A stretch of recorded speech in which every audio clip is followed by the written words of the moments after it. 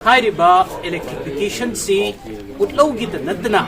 atay leiriba prefabricated housing sida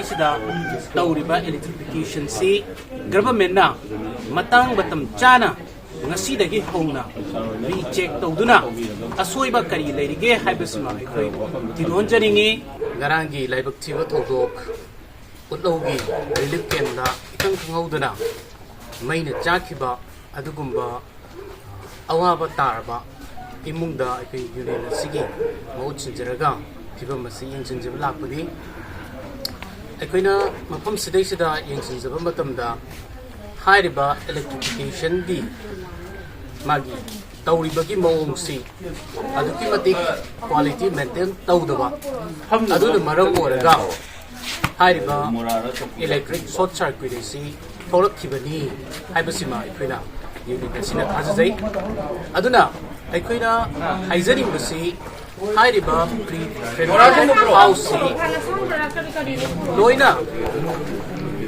metal na sabasina maram oirakanda hairiba thoning daba thogo basi matung thorpa taragadi hena khudong thiningai oiba adugumba fibam amada lakloi haningai leite aduna hairiba electrification si Utlou Relief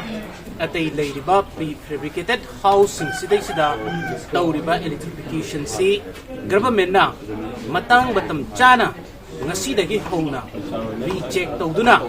asoiba kari leirige haibasima ekoi tidon jaringi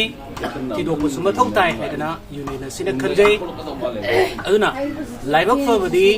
hairiba ngarangi thoudok tudaida leiriba IDP sing mayam ama yumda lehaudaba asina maram orakanda kudong kiba thoudok poti yaudragasu leiriba electrification si hena yengsinba ma mathoutare loinana leiriba electrification gi fitting asidaisida aikoida electric power se ubangamba adugumba wire si sizinaribra haibase si aduki matik chinjaningai oire aduna hairiba electrification si adugida